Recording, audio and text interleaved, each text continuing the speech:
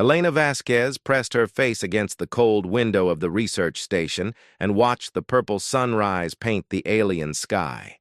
3 months on Kepler 442c, and she still found the double suns beautiful. The research outpost was small, just 12 scientists studying the strange life forms on this distant world. Elena loved her work here. As the team's xenobiologist, she spent her days learning about creatures that no human had ever seen before. The quiet morning was broken by the sound of heavy footsteps in the corridor. Commander Hayes appeared in the doorway, his face serious.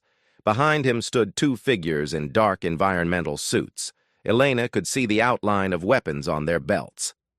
"Dr. Vasquez, we have a situation," Hayes said. "These are Captain Jorick and Lieutenant Nara from the Frontier Patrol Ship Defender. They brought us something unusual."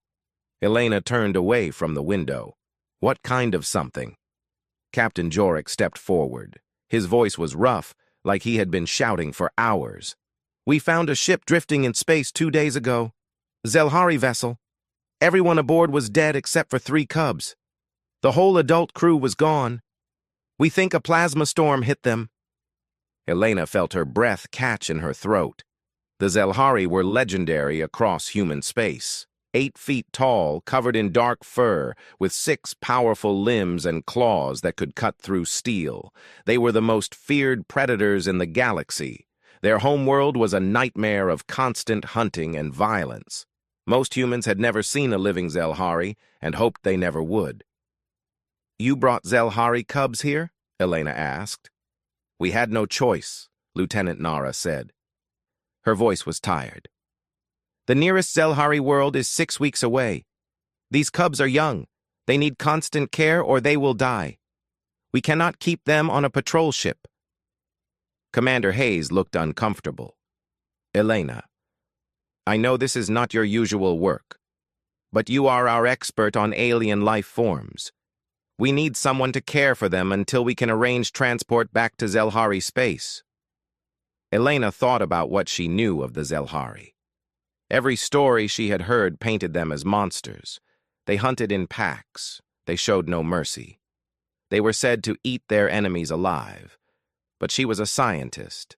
She knew that fear often created lies about things people did not understand. "Where are they now?" she asked. "Cargo Bay 3, Captain Jorick said. "We set up a temporary habitat. But, Doctor, I must warn you, even as cubs, they are dangerous. Their claws are already sharp. Their instincts are to hunt and kill." Elena nodded. "I understand. Take me to see them." The walk to Cargo Bay 3 felt longer than usual. Elena's mind raced with everything she had read about Zelhari biology.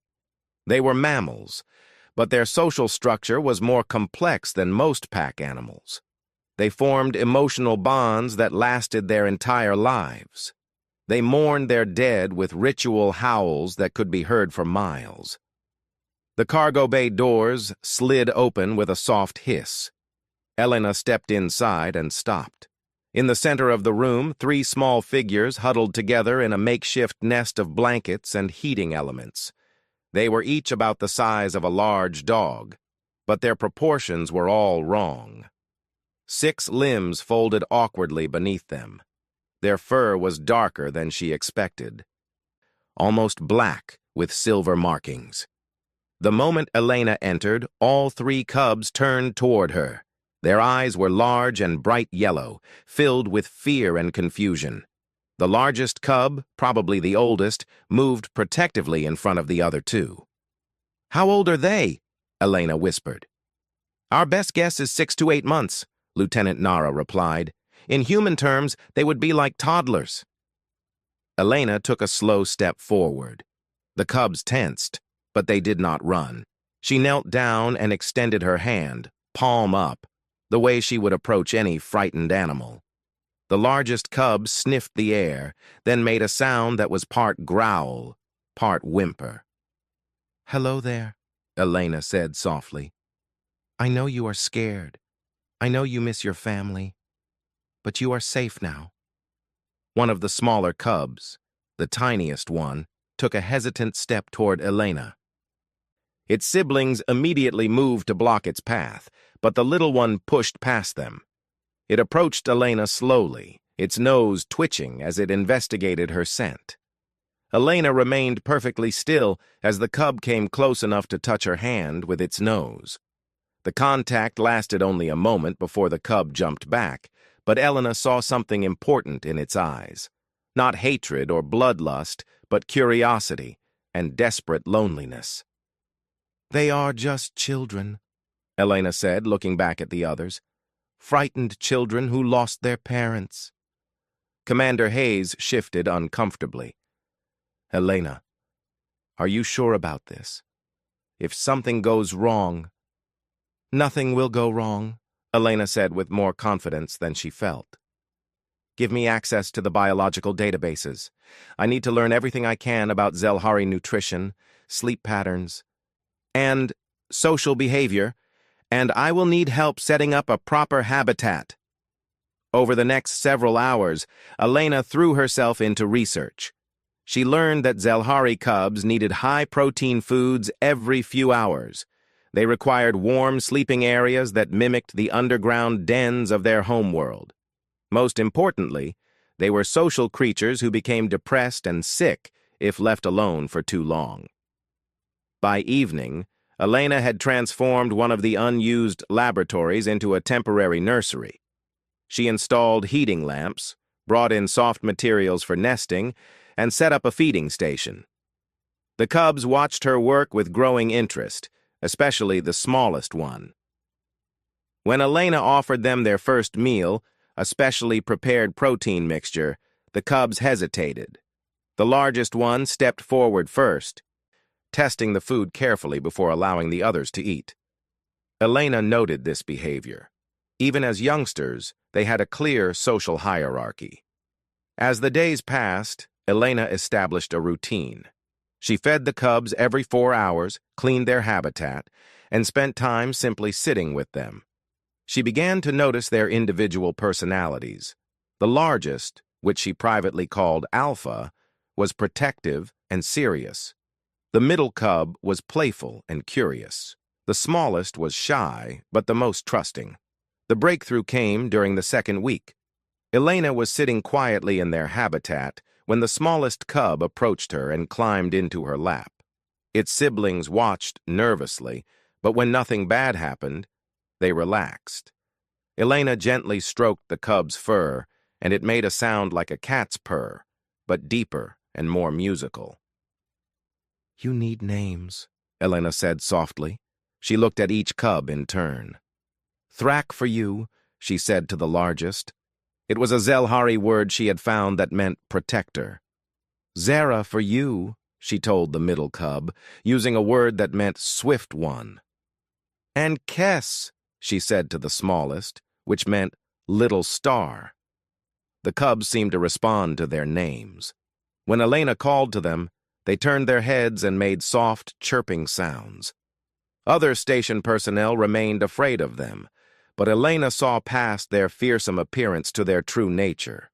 They were intelligent, emotional creatures, capable of forming deep bonds. Elena began to love them like they were her own children. She worried when they seemed sad. She smiled when they played together. She felt proud when they learned new things. These were not the monsters from the stories. They were just babies who needed care and affection. She had no idea that her time with them was running out, or that her love for 3 orphaned predator cubs would soon cost her everything. 6 weeks had passed since the Zelhari cubs arrived at the research station. Elena had grown closer to Thrak, Zara, and little Kess than she had ever imagined possible. They followed her around the laboratory like devoted pets, though she knew they were far more intelligent than any Earth animal. Thrak had learned to open simple doors. Zara could solve basic puzzles. Kess had started making sounds that almost seemed like attempts at human speech. The cubs had grown larger, too. Thrak was now the size of a small pony, his protective instincts growing stronger each day. He would position himself between Elena and any strangers who entered their habitat. Zara had become incredibly agile, able to climb walls and ceilings with ease. Kes remained the smallest, but her bond with Elena was the strongest. She would curl up against Elena's side during rest periods, purring contentedly. Elena was reviewing transport schedules when the first alarm sounded. The station's proximity sensors had detected an unknown ship approaching at high speed. Commander Hayes called an emergency meeting in the main conference room. "The ship is not responding to our communications," Hayes said, his face grim. "They are flying without any identification signals. Long-range scans suggest it is a modified cargo hauler, but it shows signs of heavy weapons modifications." Dr. Singh, the station's physicist, leaned forward nervously. "Pirates?" "Most likely," Hayes replied. "We are sending a general distress signal, but the nearest patrol ship is 4 days away. We need to prepare for the worst." Elena felt her stomach drop. "What about the cubs?" Hayes looked uncomfortable. "Elena, if these are pirates, they will not care about research animals. You need to focus on your own safety." "Those cubs are not research animals," Elena said firmly. "They are intelligent beings, and if pirates board this station, they will either kill the cubs for sport or sell them to illegal fighting rings. I will not let that happen." Security Chief Martinez spoke up. "Dr. Vasquez, our security team has 6 members and basic weapons. If a pirate ship attacks us, we cannot guarantee anyone's safety." The meeting continued for another hour. But Elena barely listened. Her mind was focused on Thrak, Zara, and Kes. She had promised to keep them safe, and she meant to keep that promise no matter what happened. The unknown ship arrived 2 hours later. It was larger than Elena had expected, bristling with weapon ports and scarred by countless battles. The hull was painted in the red and black colors that marked it as belonging to the Void Serpent Cartel, one of the most dangerous pirate organizations in human space. Captain Vex Malachar announced himself over the station's communication system. His voice was rough and cruel, speaking with the accent of the Outer Rim worlds where law and order meant nothing. "Research Station Kepler 442C, this is Captain Malachar of the raider ship Bloodfang. You will shut down your shields and prepare to be boarded. Any resistance will result in the deaths of your entire crew. You have 10 minutes to comply." Commander Hayes tried to negotiate, offering to transfer valuable research data in exchange for safe passage. Malachar laughed at the suggestion. "We take what we want, human. Your data, your equipment, your lives if you displease us. Compliance is not negotiable." Elena ran back to the laboratory where she had been caring for the cubs. They sensed her distress immediately. Thrak moved to her side, his yellow eyes alert and concerned. Zara chittered softly, a sound she made when she was worried. Kes pressed close to Elena's leg, seeking comfort. "I know you can sense danger," Elena said to them quietly. "Bad people are coming, people who would hurt you. I need you to stay close to me, no matter what happens." The station shuddered as the pirate ship docked forcefully with the outer airlock. Elena heard the hiss of cutting torches as the pirates burned through the station's security doors. The emergency lighting kicked on, bathing everything in red. Elena gathered emergency supplies from around the laboratory. She found a portable power source, some basic tools, and an emergency plasma cutter used for cutting through metal in case of hull breaches. The plasma cutter was not designed as a weapon, but it was better than nothing. The 3 cubs seemed to understand the gravity of the situation. They stayed close to Elena as she led them deeper into the station, toward the bio-laboratory where she had done most of her research. The bio-lab had reinforced doors and an independent life support system. If she could get them there, they might be able to hold out until help arrived. The sounds of violence echoed through the station corridors. Elena heard shouting, the distinctive whine of energy weapons, and the screams of her colleagues. She forced herself not to think about what was happening to her friends. Right now, her only responsibility was to the 3 young lives that depended on her. They reached the biolab just as Elena heard heavy footsteps approaching down the main corridor.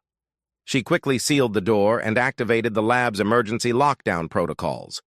The thick metal barriers slid into place, creating multiple layers of protection between them and the pirates. Elena set up their defensive position in the center of the lab, using overturned tables and equipment to create a barrier. The cubs seemed to understand what she was doing. Thrak positioned himself where he could watch the main entrance. Zara climbed up to a high vantage point among the ceiling supports. Kes stayed close to Elena, her small body trembling with fear. "I know you are scared," Elena whispered to them. "I am scared too. But we are pack now, and pack protects pack. No matter what happens, we stay together." The first explosions came 20 minutes later. The pirates were using heavy cutting equipment to breach the laboratory's defenses. Elena could hear Captain Malakar's voice shouting orders to his crew. They had found valuable research equipment in other parts of the station, but they were not satisfied.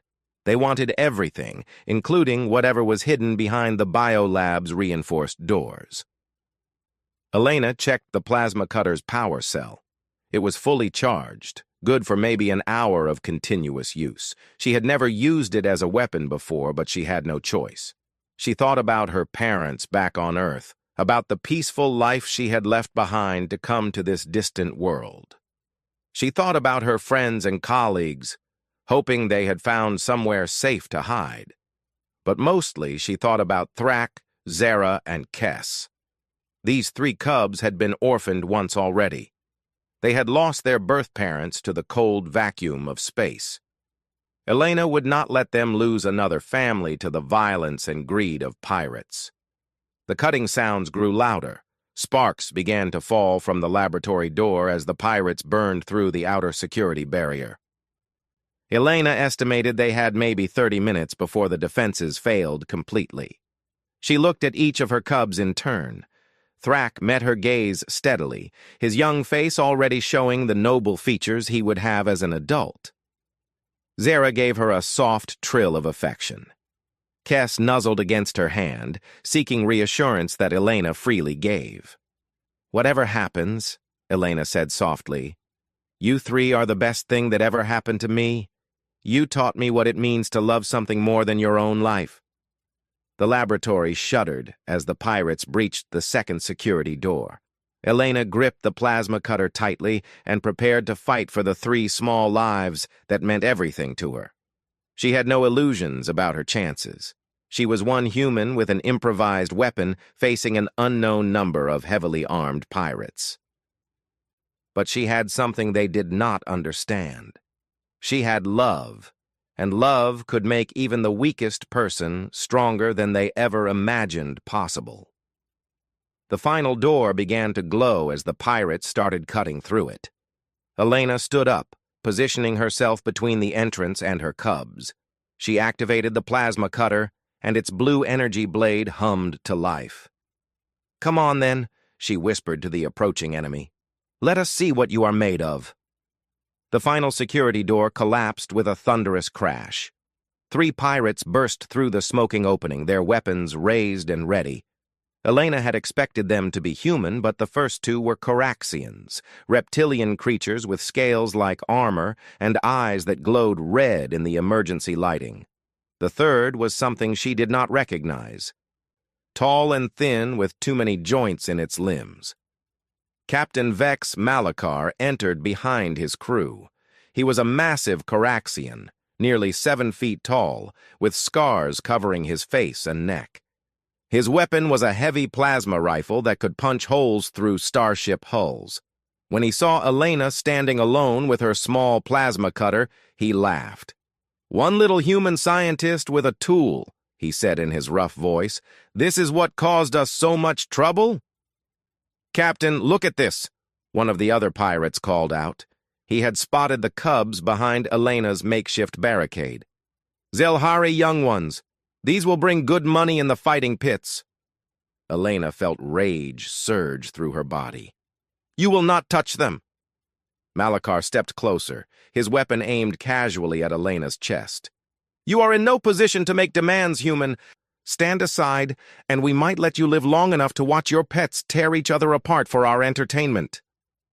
They are not pets, Elena said firmly. They are children. Innocent children who have already lost everything once. I will not let you hurt them. Then you will die with them, Malachar said, raising his rifle. Elena moved faster than she had ever moved in her life. The plasma cutter's beam sliced through the air where Malachar's head had been a moment before. The pirate captain stumbled backward, surprised by her speed and determination. The laboratory erupted into chaos. Elena dove behind her barricade as energy bolts scorched the air around her. The cubs scattered, their natural agility serving them well as they found cover among the laboratory equipment. Elena heard Thrak growl, a sound deeper and more threatening than she had ever heard from him before. Elena used her knowledge of the laboratory to her advantage. She triggered the emergency release on several chemical storage units, filling the air with thick, choking smoke. The pirates cursed as their visibility dropped to almost nothing. Elena moved through the familiar space like a ghost, striking where the pirates least expected. Her plasma cutter found its target twice. The first pirate, the unrecognizable alien, dropped to the floor clutching his wounded leg. The second, one of the Caraxians, screamed as Elena's improvised weapon burned through his weapon and into his shoulder. But Elena was badly outnumbered. More pirates poured through the breach in the laboratory door. She counted at least 6 enemies now, all armed with military-grade weapons. Her plasma cutter was running low on power, and she had nowhere left to retreat. An energy bolt caught her in the side, spinning her around and sending her crashing into a bank of computer terminals. Pain flared through her body, but she forced herself to keep moving. Behind her, she could hear the cubs making distressed sounds. They were frightened, but they had not abandoned her.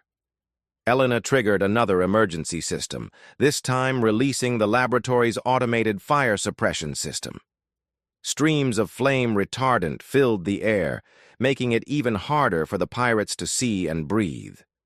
She used the confusion to change positions, getting behind a group of 3 pirates who were trying to corner Zera.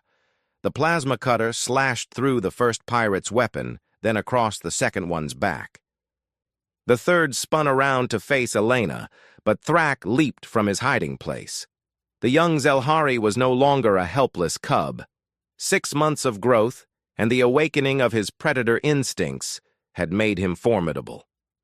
His claws raked across the pirate's face, sending him stumbling backward into Elena's waiting weapon. "Good boy," Elena whispered to Thrak, but there was no time for celebration. Captain Malachar had regrouped his remaining crew. Elena could see at least 4 pirates still standing, including the captain himself. Her plasma cutter's power indicator was blinking red, warning her that she had only minutes of energy left. A plan formed in Elena's mind. It was desperate and would almost certainly cost her life, but it might save the cubs. The laboratory's main support beam ran directly above where the pirates were positioned. If she could weaken it enough, the ceiling would collapse and crush her enemies. But she would have to get close to do it, putting herself in the direct line of fire. Elena looked back at Thrak, Zera, and Kess. They were huddled together behind an overturned table, their yellow eyes wide with fear and confusion. They trusted her completely. They believed she could protect them from anything. "I love you," she whispered to them. "All of you. Remember that." Elena charged out from behind her cover, screaming at the top of her lungs. The pirates turned their weapons toward her, energy bolts filling the air like deadly lightning. Elena felt one beam burn across her shoulder, then another through her leg. She stumbled but kept moving. She reached the support beam just as Malachar's rifle found its mark. The plasma bolt struck Elena center mass, spinning her around and dropping her to her knees. Blood poured from the wound, and she could feel her strength leaving her body. But she still had the plasma cutter, and it still had power. Elena raised the device with shaking hands and aimed it at the support beam's weakest point. The blue energy beam cut deep into the metal, sending sparks flying in all directions. "Stop her!" Malachar roared, but it was too late. The support beam cracked with a sound like thunder. Elena poured every remaining bit of power from the plasma cutter into the cut, widening it until the metal could no longer support the weight above. The laboratory ceiling began to groan and buckle. Elena rolled away from the collapsing beam, using her last remaining strength to put distance between herself and the crushing weight of falling debris. The pirates realized what was happening and tried to run, but they were too slow. Tons of metal and stone crashed down, burying Malachar and his crew beneath the rubble. The laboratory fell silent except for the sound of settling debris and the soft whimper of frightened cubs. Elena lay on her back, staring up at the emergency lights through the smoke and dust. She could feel her life bleeding away, but she felt no fear. She had done what she set out to do. Soft footsteps approached through the wreckage. Elena turned her head to see 3 familiar shapes moving toward her. Thrak reached her first, his massive form surprisingly gentle as he lay down beside her. Zara curled up against her other side, trilling softly in distress. Little Kess climbed onto Elena's chest, her weight comforting despite the pain it caused. "You are safe," Elena whispered to them, her voice growing weaker with each word. "The bad people cannot hurt you anymore." Thrak nuzzled her face with his nose, making the same purring sound he had made when they first met. Zara touched her hand with one of her claws, careful not to scratch the human skin. Kess pressed her face against Elena's neck, her small body trembling. Elena tried to speak their names one last time. Thrak, Zara, Kess. Each name was softer than the last, but the cubs heard every syllable. They would remember her voice for the rest of their lives. The world grew dim around the edges. Elena felt no pain now, only a deep sense of peace. She had kept her promise. She had protected her pack. In her final moments, she understood something profound about love and sacrifice. Sometimes the greatest gift you can give is not your life for someone else's, but your death, so that others might live. As darkness claimed her, Elena felt 3 warm bodies pressed against her own. She was not alone. She would never be alone again, because her love for these 3 orphaned cubs had created a bond that would last forever. The emergency lights flickered and went out. The laboratory fell into darkness. But in that darkness, 3 young Zelhari kept vigil over the body of the human who had given everything for them. They would not leave her side until rescue arrived. They would not forget what she had done, and they would spend the rest of their lives making sure that her sacrifice meant something. Elena Vasquez had died as she lived, with love in her heart and courage in her soul. The galaxy would never be the same because of her choice. The rescue ships arrived 6 hours after the laboratory fell silent. The first vessel to dock was a human patrol cruiser responding to the distress signal. Captain Torres and his security team found a station littered with bodies and destruction.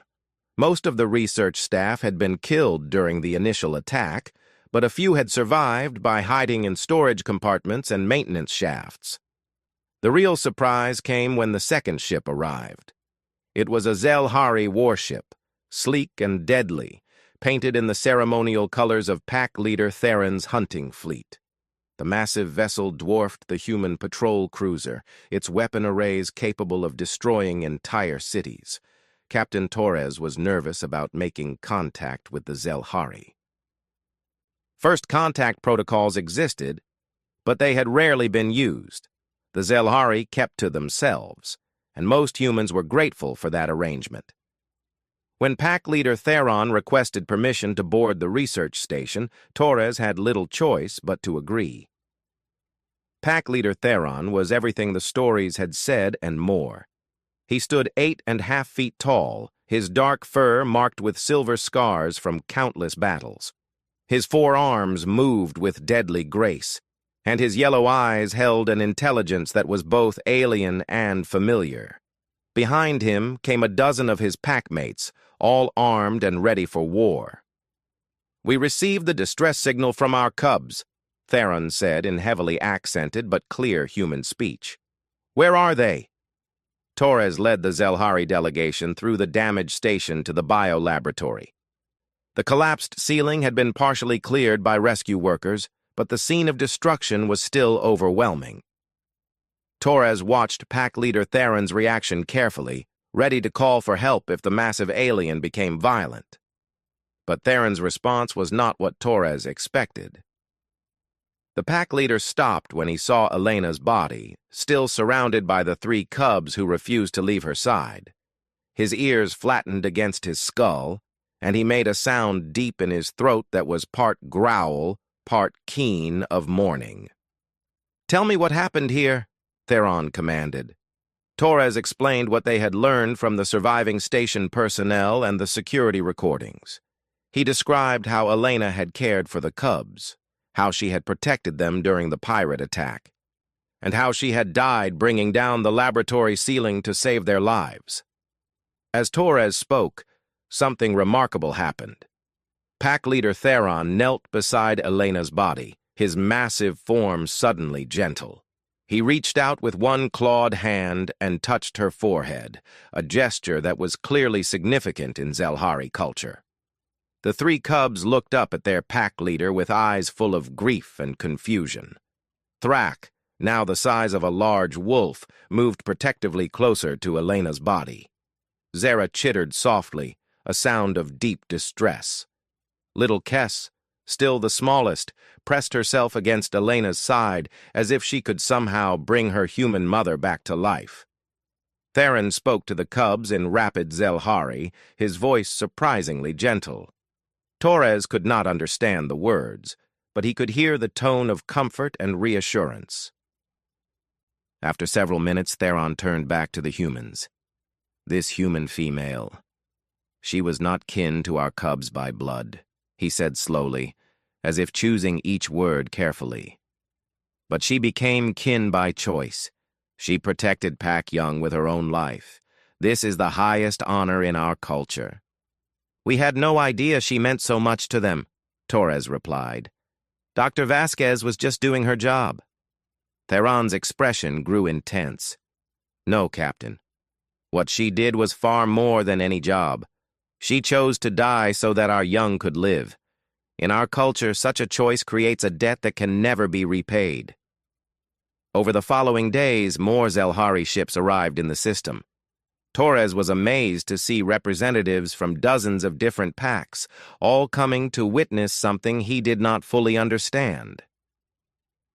The Zelhari set up a temporary camp on the station's largest cargo deck, turning it into a gathering place filled with alien ceremonies and rituals.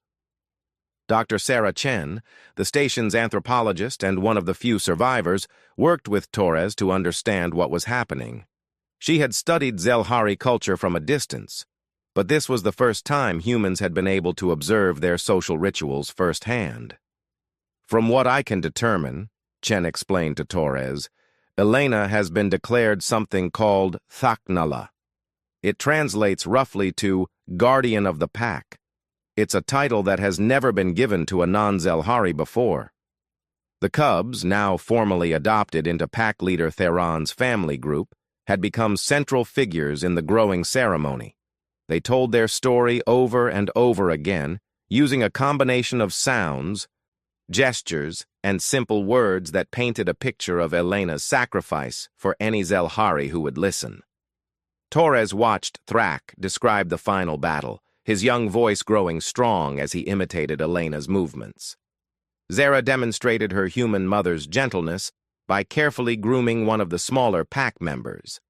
Kess, despite her size, had learned to speak Elena's name in perfect human pronunciation, a skill that amazed the assembled Zelhari. On the 3rd day, Pack Leader Theron approached Torres with a request that changed everything. He wanted to take Elena's body back to the Zelhari homeworld for a funeral ceremony unlike anything in their recorded history. She died for our young, Theron explained. She must be honored as one of our own. Her sacrifice will be remembered in the hunting songs of every pack in Zelhari space. Torres was uncertain. He had no authority to make such a decision, and he was not sure how Earth's government would react. But Dr. Chen convinced him to agree. This is bigger than politics or protocol, she said. Elena created a bridge between our species with her sacrifice. We should honor that bridge. The funeral preparations took a week. Zelhari craftsmen worked day and night to create a burial shroud worthy of their new hero. They wove together fibers from their homeworld with metals from human space, creating something that represented the bond between two very different species. The cubs participated in every aspect of the ceremony. They had learned human words to describe Elena's qualities: brave, kind, loving, fierce. They taught these words to the adult Zelhari, who incorporated them into their traditional funeral chants. The most moving moment came when pack leader Theron announced that the cubs would take Elena's family name as their own pack identifier. Thrak Vasquez, Zara Vasquez, and Kes Vasquez would carry their human mother's name for the rest of their lives, ensuring that her memory lived on in Zelhari society.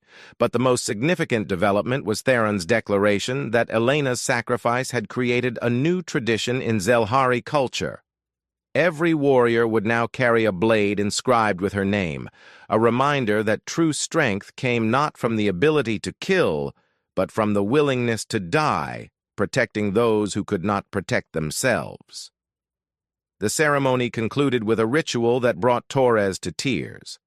Every Zelhari present, from the mightiest pack leader to the smallest cub, howled Elena's name to the stars. The sound was hauntingly beautiful, a primal song of grief and gratitude that seemed to shake the very foundations of the station. As the Zelhari ships prepared to depart, taking Elena's body home for final burial, pack leader Theron made one last gesture. He presented Captain Torres with a small blade, inscribed with Elena's name in both human script and Zelhari claw marks. "She was yours first," Theron said, "but she became ours through her choice.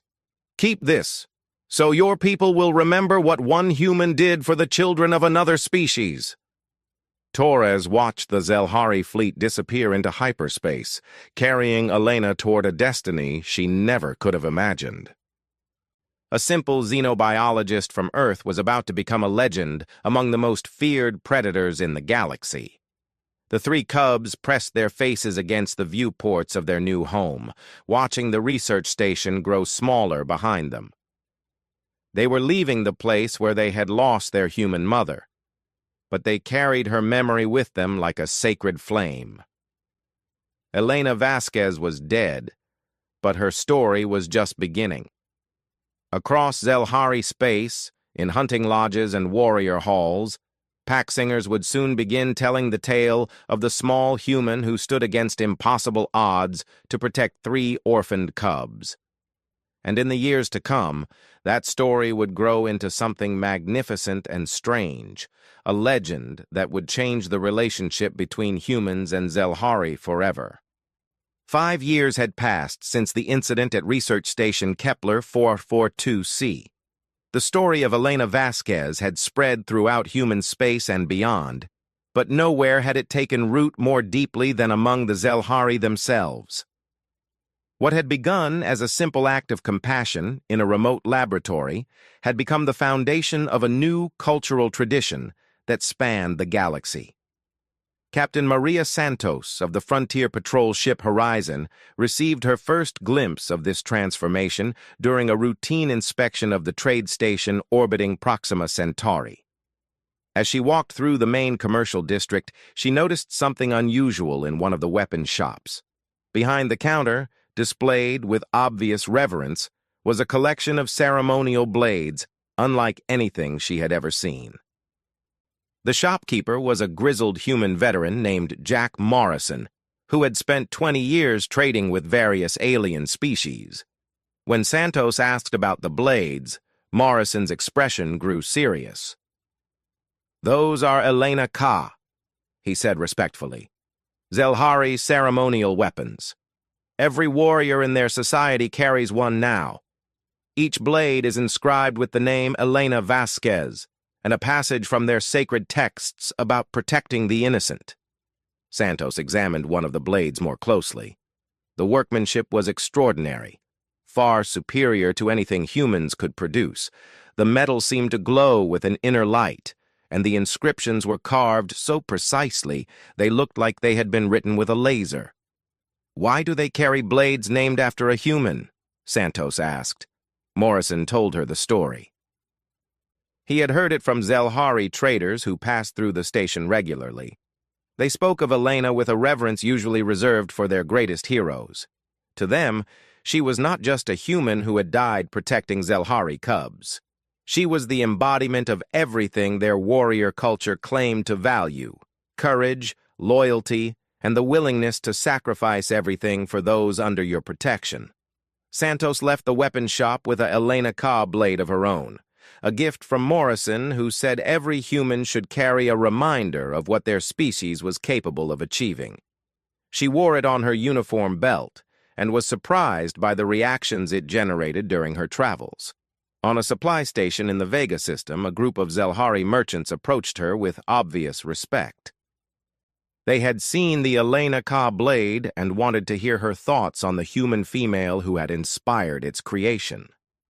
Santos found herself telling Elena's story to an audience of fearsome predators who listened with the attention usually reserved for sacred rituals. The leader of the merchant group, an elderly female named Karaneth, shared her own perspective on Elena's legacy. "Before Elena Ka, we were warriors who fought only for our own packs," she said in careful human speech. "But Elena showed us that true strength comes from protecting all cubs, even those not of your blood. This lesson has changed how we see ourselves and others." Santos learned that the changes went far beyond ceremonial weapons. Zelhari society had experienced a transformation that their own historians considered unprecedented. The warrior packs that had once fought endless territorial battles were now working together to protect civilian settlements throughout their territory. Pirate attacks in Zelhari space had dropped to almost nothing, as raiding crews learned that attacking any civilian target would bring down the fury of every Zelhari warrior in the sector. The most visible symbol of this change was the formation of Elena's Claws, an elite unit of Zelhari warriors dedicated to protecting research stations and civilian outposts. The three original cubs, now grown into powerful adults, led this organization. Thrak Vasquez had become a legendary figure among his people, known for his tactical brilliance and unwavering commitment to protecting the innocent. Zara Vasquez was famous for her speed and agility, able to single-handedly defeat entire pirate crews. Kes Vasquez, despite being the smallest, had developed into a master strategist whose plans had saved dozens of human settlements from attack. Santos had the opportunity to meet Kes in person during a diplomatic conference on the neutral world of New Geneva. The young Zelhari female was now nearly 7 feet tall, but she still carried herself with the gentle demeanor that Elena had nurtured in her as a cub. "Your Elena mother taught me that size does not determine worth," Kes said in fluent human speech. "She was smaller than any of us, but her heart was larger than the stars. Everything I do to honor her memory." The conference was itself a testament to Elena's legacy. For the first time in recorded history, humans and Zelhari were negotiating a formal alliance. The treaty they were discussing would establish joint patrols of the frontier regions, with human technological expertise supporting Zelhari military prowess. Ambassador Rebecca Walsh, the chief human negotiator, told Santos that Elena's story had made the alliance possible. "5 years ago, most humans saw the Zelhari as monsters," Walsh explained, "and the Zelhari saw us as weak prey animals. Elena's sacrifice showed both species that appearances can be deceiving. She proved that humans are capable of incredible courage, and that Zelhari are capable of incredible loyalty. Without her example, we would never have found common ground. The most moving part of Santos's journey came during her visit to the Zelhari homeworld of Thakvera. She was among the first humans ever granted permission to witness the annual Night of the Guardian, the ceremony commemorating Elena's sacrifice. As darkness fell over the ancient Zelhari capital, Santos joined thousands of warriors gathering in the great amphitheater at the heart of the city. Pack leaders from across the galaxy had come to participate in the ritual, bringing with them the hunting songs and stories of their people. The ceremony began with the three cubs, now known throughout Zelhari space as the Guardians of the Legacy. Thrak, Zera, and Kes stood before the assembled multitude and told Elena's story in their native tongue, their voices carrying clearly through the night air. Santos could not understand the words, but she could feel the emotion behind them. The crowd listened in absolute silence as the three survivors described their human mother's gentleness, her courage, and her final sacrifice. When they spoke Elena's name, the entire amphitheater seemed to vibrate with reverence. Then came the moment Santos would remember for the rest of her life. Every Zelhari present raised their Elena Ka blade toward the stars and howled their hero's name. The sound was unlike anything Santos had ever experienced, primal and beautiful and heartbreakingly sad. It went on for nearly 10 minutes, a song of grief and gratitude that seemed to reach across the galaxy itself. As the ceremony concluded, Pack Leader Theron, now ancient but still imposing, approached Santos with a special gift. It was an Elena Ka blade unlike any other, crafted from metal taken from the destroyed research station where Elena had died. The inscription was not just Elena's name, but a passage in both human and Zelhari script that translated to, "She who died for strangers became mother to all cubs." "Take this back to your people," Theron said. "Tell them that Elena Vasquez is remembered not just on our world, but in the hearts of every Zelhari warrior. Her name will be sung until the last star grows cold." Santos returned to human space, carrying more than just a ceremonial weapon. She carried the knowledge that one person's choice to love beyond the boundaries of species had created ripples that would last for generations. Elena's sacrifice had given birth to something unprecedented in galactic history, a true alliance between predator and prey, founded not on mutual need, but on mutual respect. Research stations throughout the frontier now flew both human and Zelhari flags. Mixed crews worked together to push the boundaries of scientific knowledge. Children of both species learned each other's languages and customs. The pirates and raiders who had once terrorized the frontier regions found themselves facing a united front. Human technology and Zelhari ferocity proved to be an unbeatable combination. Trade routes that had been plagued by violence for decades became safe passages where families could travel without fear.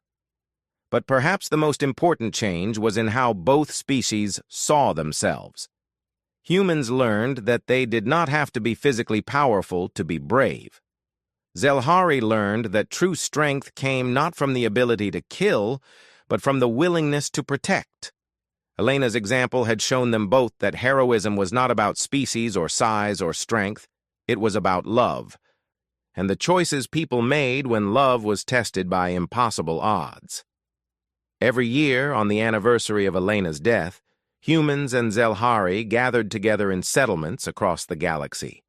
They shared stories, exchanged gifts, and remembered the xenobiologist who had changed everything by refusing to abandon 3 orphaned cubs. In the years to come, historians would mark Elena's sacrifice as the turning point in galactic history, the moment when 2 very different species learned to see past their fears and prejudices.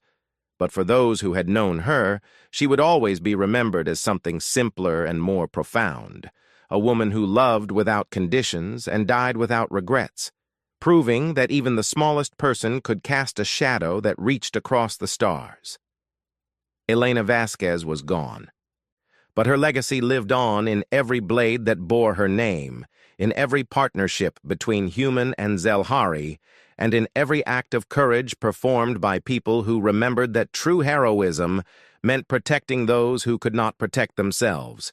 The cubs she had died to save were now legends themselves. But they never forgot the gentle human who had taught them that family was not about blood or species.